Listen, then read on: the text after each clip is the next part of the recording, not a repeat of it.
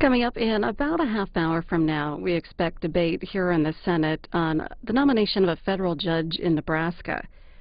And later on in the week, senators plan to begin work on repealing part of the health care law dealing with assisted living for seniors. And news about one of the senators today, Associated Press writing that Senator Rand Paul of Kentucky was stopped by security at the Nashville airport when a scanner set off an alarm, and Senator Paul declined to allow a security officer to pat him down. The White House said that airport security acted appropriately.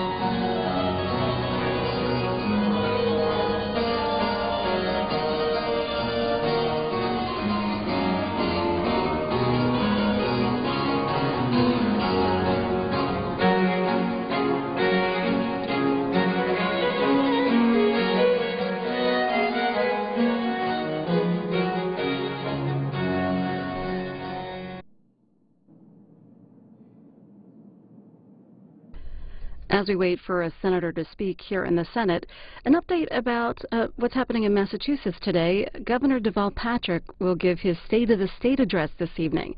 The Boston Globe writing that the governor is expected to discuss new ideas for bringing more jobs to the state. The unemployment rate in Massachusetts is 6.8% compared to 8.2% nationally. We'll have live coverage of Governor Patrick's address on the C-SPAN networks later today at 7:30 p.m. Eastern.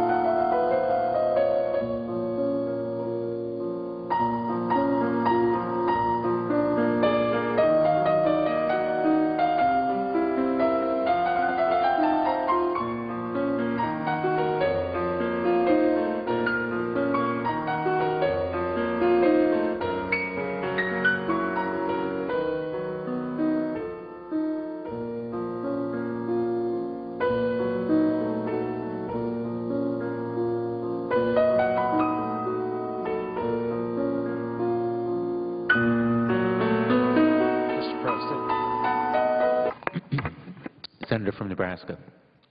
Mr. President, I ask that the quorum call be set aside. Without objection. Mr. President, I am very pleased today to rise in support of a man who has proven himself worthy to serve as a federal judge in the United States District Court. Justice John Gerrard has experience, integrity, and respect for the Constitution, all of which are necessary for someone serving on our federal bench. He has earned the respect and the admiration of the people of Nebraska. He consistently receives top ratings from the Nebraska State Bar Association. And the people of Nebraska have expressed their confidence in him, not once, not twice, but 3 times, voting to retain him on the bench. Justice Gerrard has authored hundreds of opinions throughout his 16 years as a member of the Nebraska Supreme Court. These decisions reveal with clarity his philosophy regarding the powers and the limitations of a judge. They reflect his commitment to adhere to the Constitution and the laws of our great nation.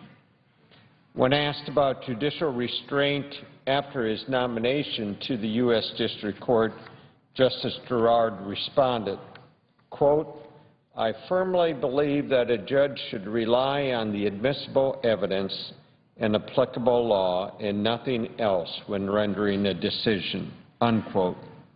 He further responded, quote, "I do not believe a judge should consider his or her own values or policy preferences in determining what the law means, and I have never done so at any time in my judicial career," unquote. This unequivocal statement says a lot.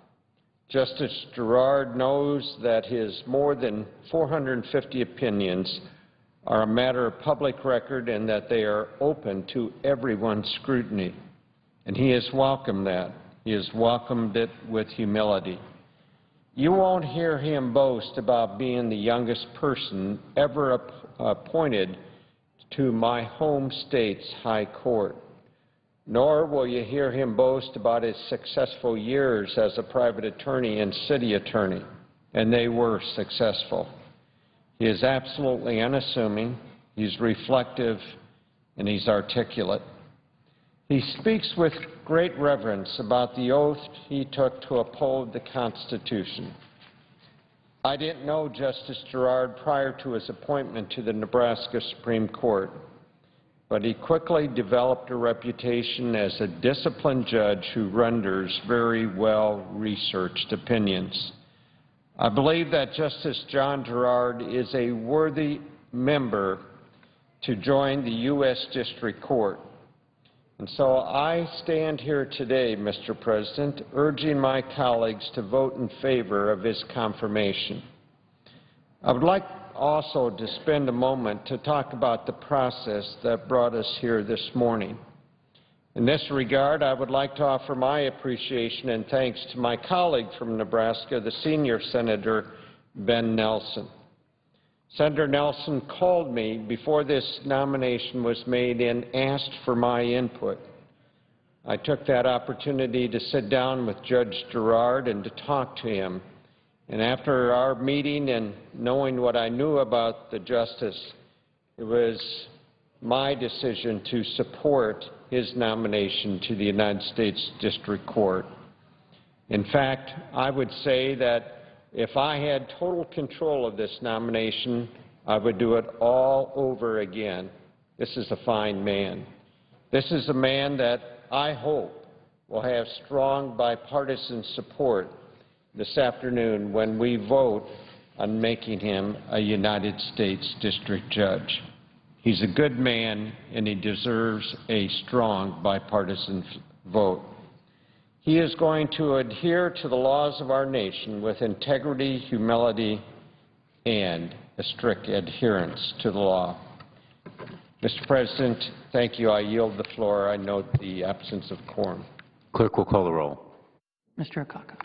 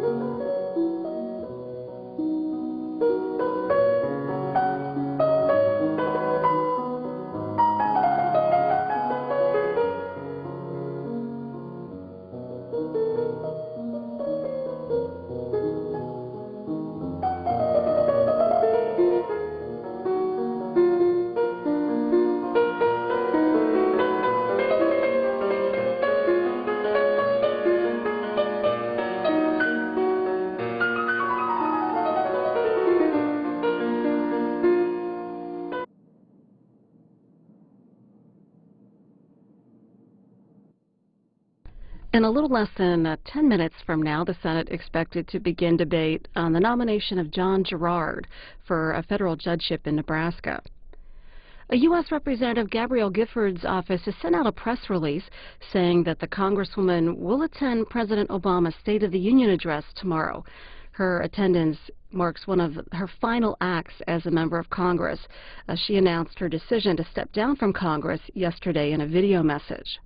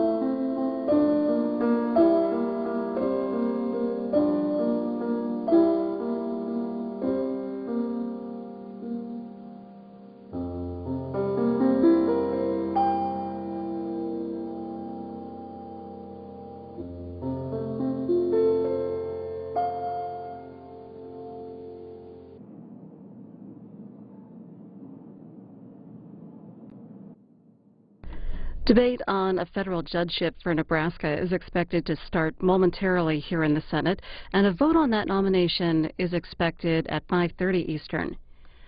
We're going to have President Obama's State of the Union speech live on both C-SPAN and here on C-SPAN 2 tomorrow night.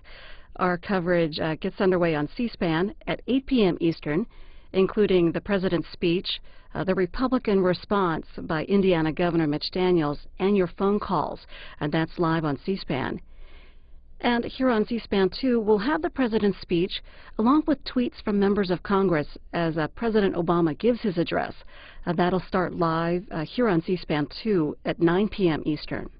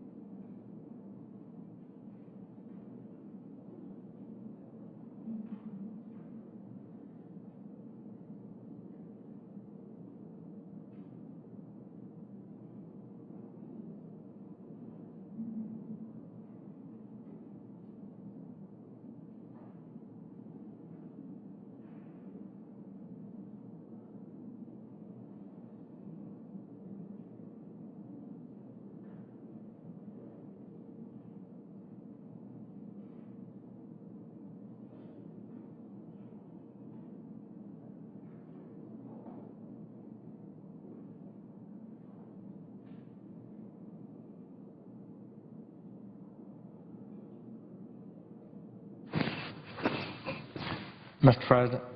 The Senator from Alabama. Morning business is closed.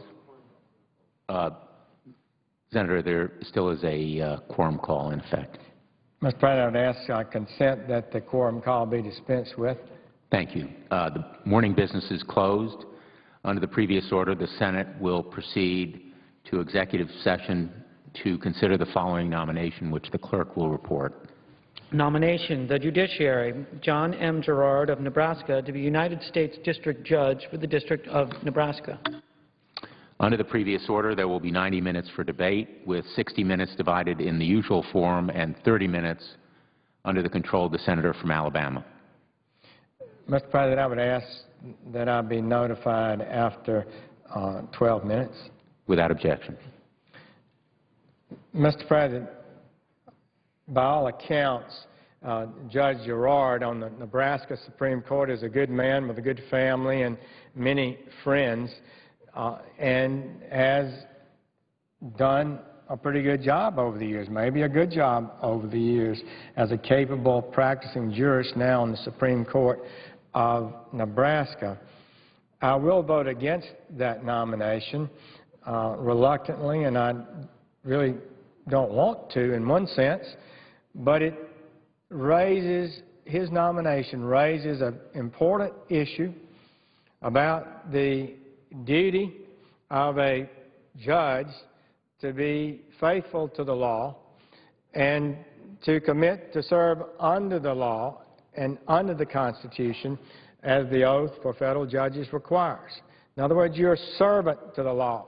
You honor the law, you venerate the law, you follow the law, whether or not you like it, whether or not you think it's a good idea, whether or not, had you been at the Constitutional Convention in the 1700s, 1780s, you would have voted for that phrase or not voted for that phrase, or whether if you'd been in the House or the Senate, you would have worked to change the Constitution or change the law of the state of Nebraska. Those are matters that are outside the province of a judge if they choose to be involved in policy setting, policy matters. Then they ought to invest themselves in the policy-setting branches, the legislative and executive branches. So judges are, as Justice Roberts said so wonderfully, neutral umpires. They don't take sides in the game. They enforce the rules of the game. How those rules have been written and established and what motivations cause the Congress to pass them or not is not the critical issue. So it's a very troubling matter to me that revealed an activist tendency in this judge, and it was the case of State versus Moore. The case of State versus Moore in Nebraska is very significant because it raises quite clearly these very issues.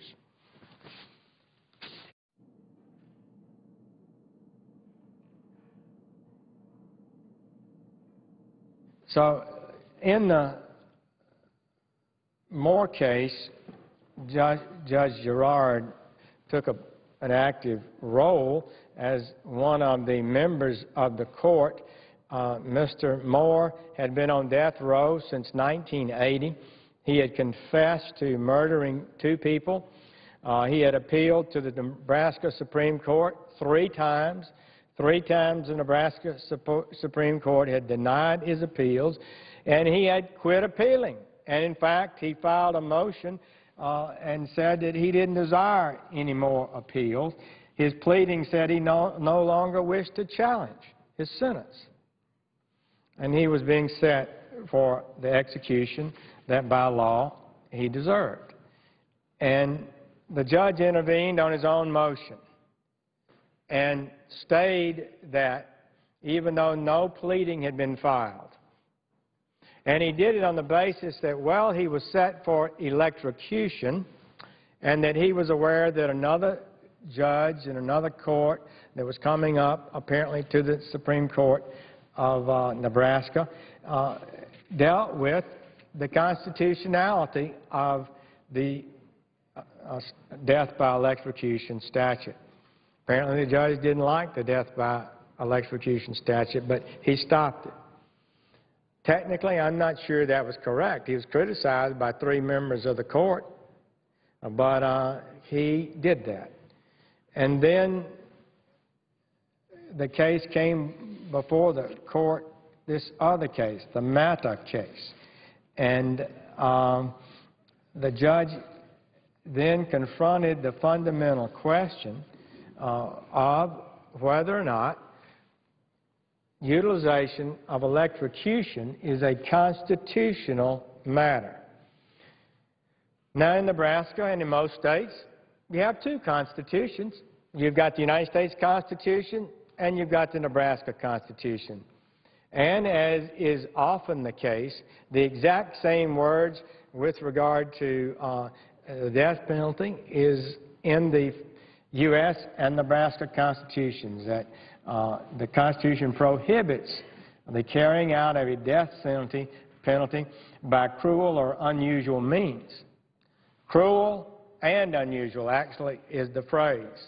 So it must be cruel and it must be unusual to be unconstitutional.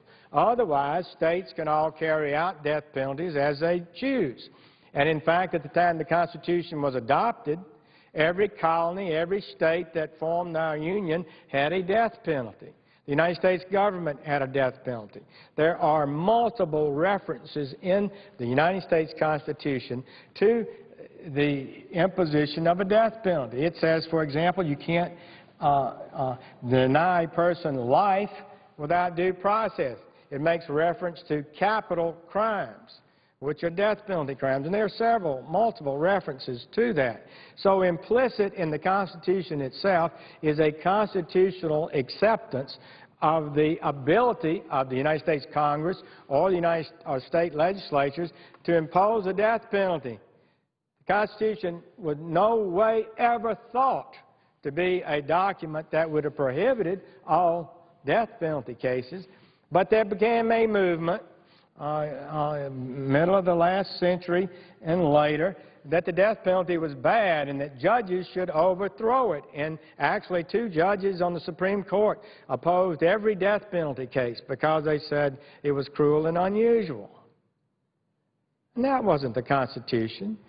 They were allowing their personal views about the wisdom or lack of it of the death penalty to influence their judicial decision-making. How can you say the Constitution prohibits the death penalty when it makes multiple references to the death penalty? And every state and the federal government have been utilizing the death penalty since the time the Republic was founded. So I'm not debating death penalty. I'm not debating the death penalty. Good people can disagree. It ought to be brought up right on the floor of this Congress, right on the floor of the legislature of Nebraska, Alabama, Texas, New York.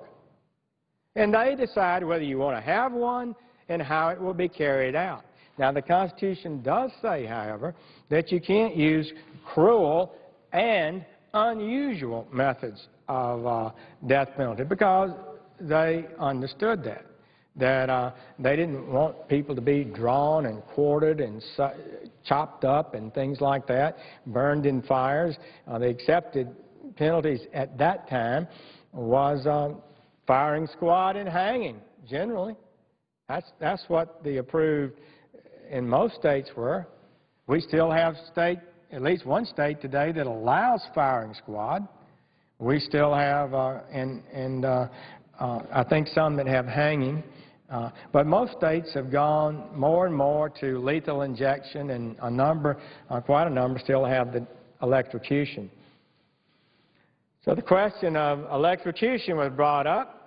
A guy was defending a person who had been declared to die as a result of his crimes, and they objected, saying electrocution was cruel and unusual. And in 1890, Supreme Court ruled that that was not unconstitutional.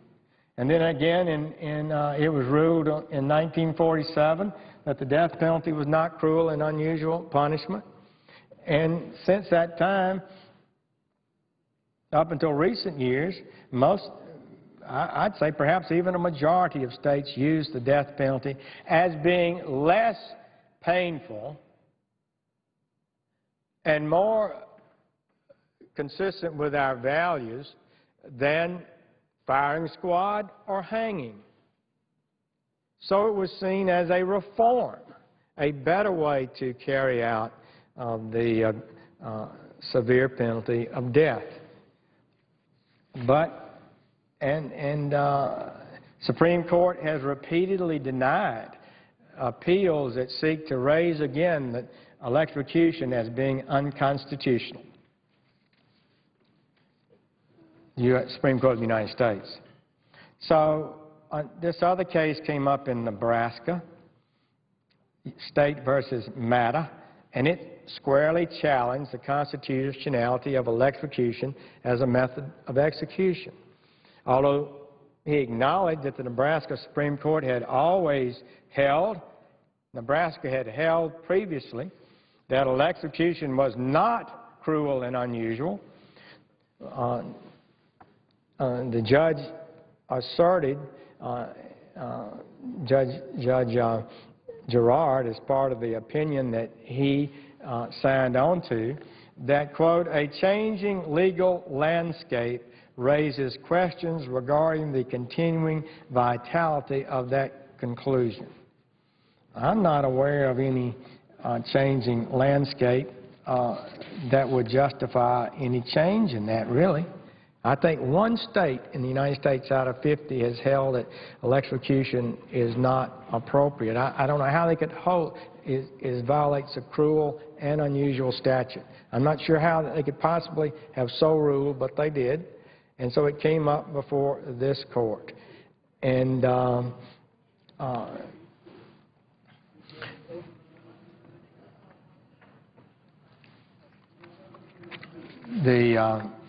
Matter case came up before the court.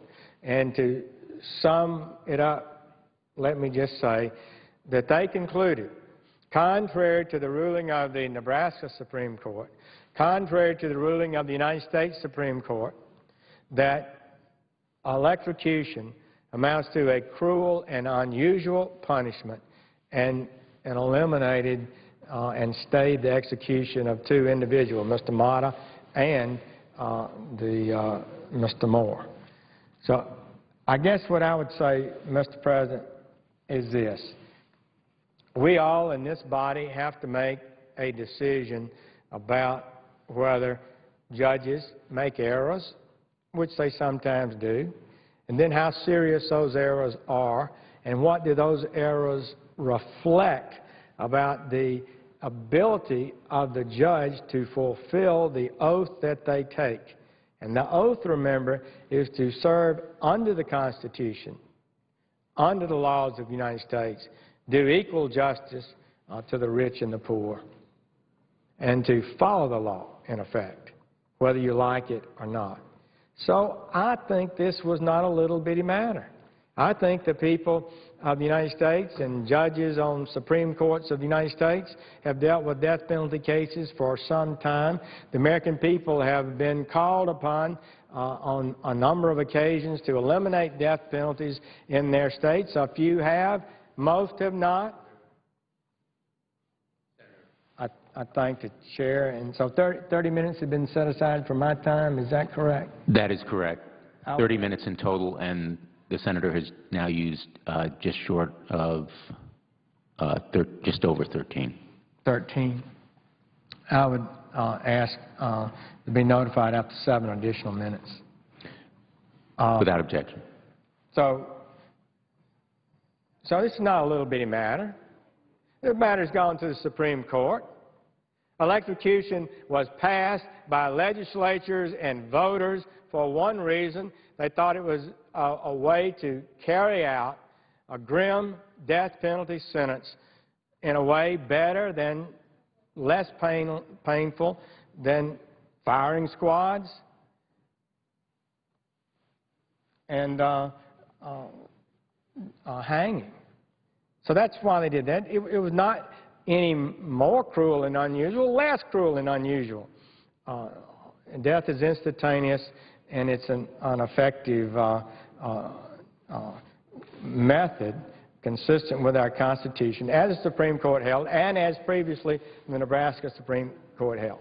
So here we are in this political body, and we've heard the debates and a lot of good people with very plausible arguments. I don't agree with them, but I respect them, say we just shouldn't have a death penalty. This is a matter for us to debate and talk about as American citizens. But it's not a matter for judges to effectively decide by altering the plain meaning and principles of the United States Constitution because they think it's the right thing. They are not legislators. And this is a big issue around the country. People are tired of it. They say, well, people are not happy with the judges and they don't understand law. Well, they understand the death penalty. They've considered it. Their legislative elected representatives have voted on it, and it has been approved in most states, and they expect their judges to carry out their laws unless it plainly violates the Constitution of their state or nation. And I would just suggest that I believe this decision was a product of an ill will or a bias against the death penalty, consistent with the effort of a lot of people working around the legal system every day. I was Attorney General of Alabama, Chief Prosecutor in the state. I was a United States Attorney for 12 years.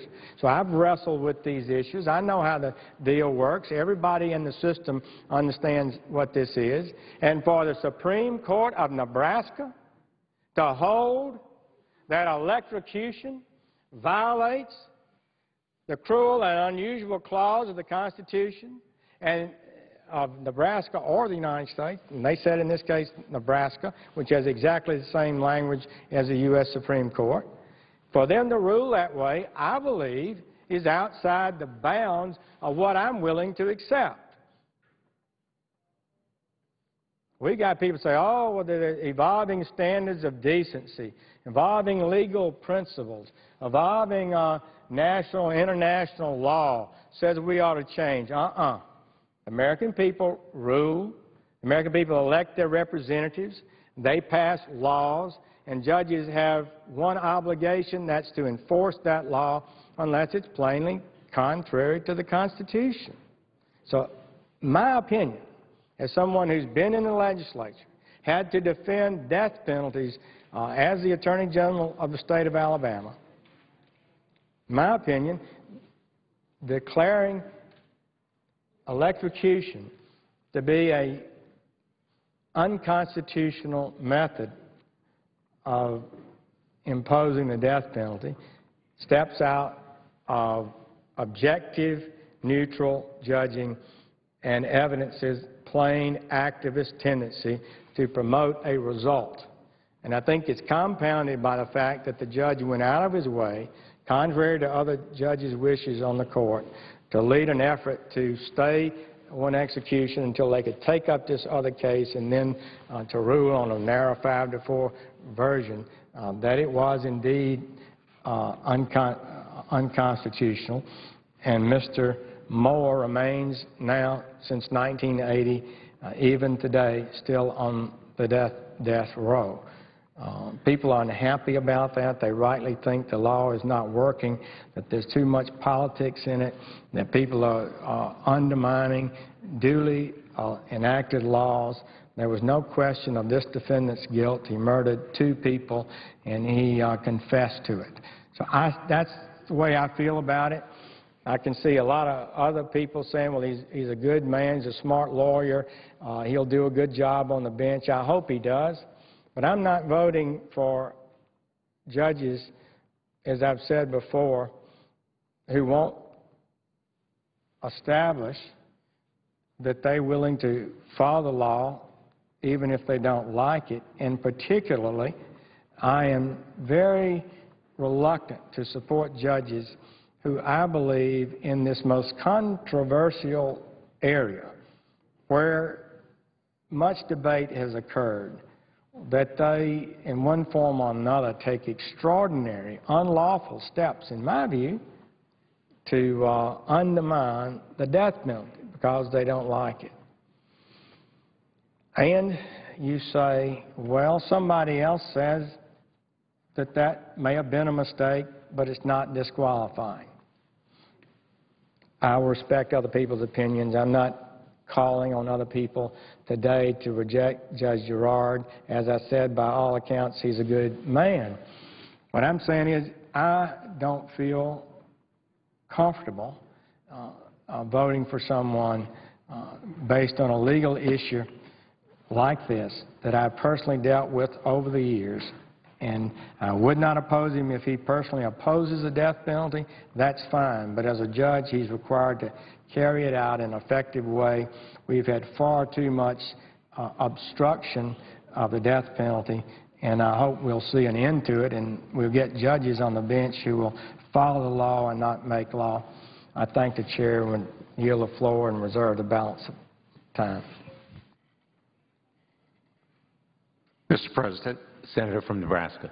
Mr. President, may I ask if the senator from Alabama would yield 3 minutes so I would have an opportunity to speak further on Justice Gerrard? I would, and I appreciate my colleagues' interest in this matter. And I believe, if I'd ask an inquiry, that there's considerable time left on the other side, but you can certainly have time on my side.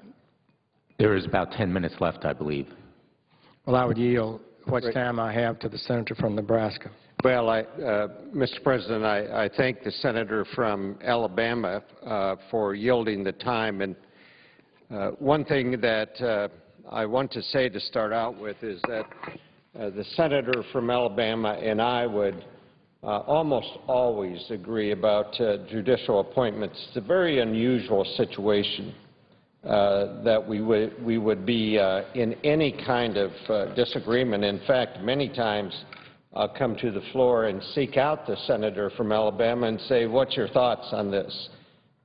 Tell me a little bit more about this nominee. So I am here this afternoon with great respect for the gentleman from Alabama's views of judicial nominees. I have very strong feelings, though, about Justice Gerrard, and I've had an opportunity to watch this man on the Nebraska Supreme Court for many years.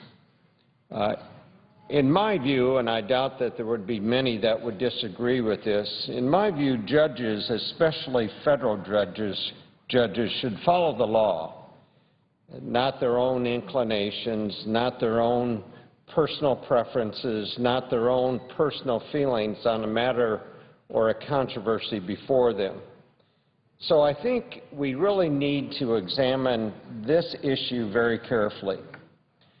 Now, there's been some suggestion that Justice Gerrard might seek to craft his own preferred outcomes instead of following the law, and I'd like to respond to that. The concerns, of course, relate to a case out of Nebraska, state of Nebraska versus Moore.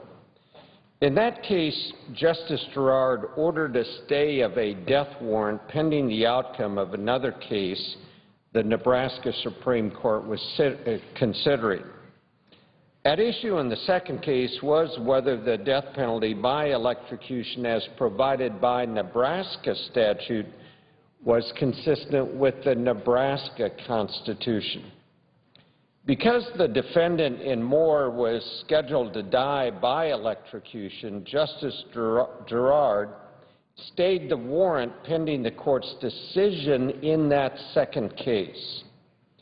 In the majority opinion in Moore, Justice Gerrard noted that the court was using its inherent authority to stay the warrant. Now, let me, if I might, Mr. President, take a moment to explain what Justice Gerrard was saying there. Some have concluded that what he was saying was he was calling on some nebulous, indistinct legal authority merely to cloak his own wishes.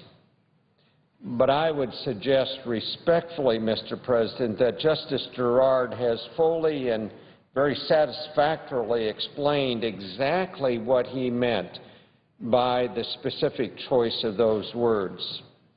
He was, in fact, carefully using authorities granted to him by Nebraska law. As the judge explained in a letter, Nebraska law provides that the Nebraska Supreme Court is directly responsible for issuing the order of execution of prisoners sentenced to death. So when Judge Gerrard used his inherent authority to stay the execution at issue and more, he was using authority granted by Nebraska statute to order the execution in the first place. In other words, the court, the Nebraska Supreme Court, by Nebraska law, has the power to issue the order and then deal with that order in the future. This is what Judge Gerrard said in his letter in a series of questions that were posed to him relative to his nomination for the U.S. District Court. He said, and I'm quoting, "The inherent authority referred to in the Moore order was only the court's inherent authority to control the implementation of its own orders, just as any court at any level can control its own orders," unquote.